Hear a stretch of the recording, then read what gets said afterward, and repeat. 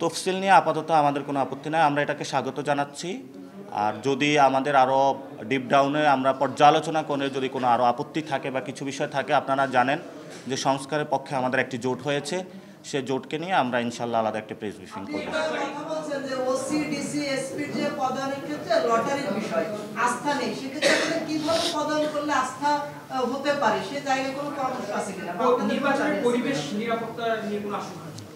আমরা বলেছিলাম ব্যুরোক্রেসিতে যারা ফেসিবাদী রয়েছে তাদেরকে দূর করার জন্য। যদি ফেসিবাদী শক্তি না থাকতো, আওয়ামী লীগ জাতীয় পার্টি না থাকতো, প্রশাসনে আপনারা জানেন গতকালকে একটি অনাকাঙ্ক্ষিত পরিস্থিতি সৃষ্টি হয়েছে। প্রশাসনে সেখানে হলো জয় বাংলা স্লোগান হয়েছে এবং সরকারের যে প্রাণকেন্দ্র রয়েছে সচিবালয়ে যখন জয় বাংলা স্লোগান হচ্ছে, তারা সরকারের যে অর্থনৈতিক কার্যক্রম ব্যাহত করার প্রচেষ্টা চালাচ্ছে। আমরা মনে করি তারা আগামী ইলেকশনও সক্রিয় হবে, সেই জন্য তাদেরকে বাদ দিয়ে যদি লটারি করা হতো সেটাতে আমাদের আপত্তি থাকতো না।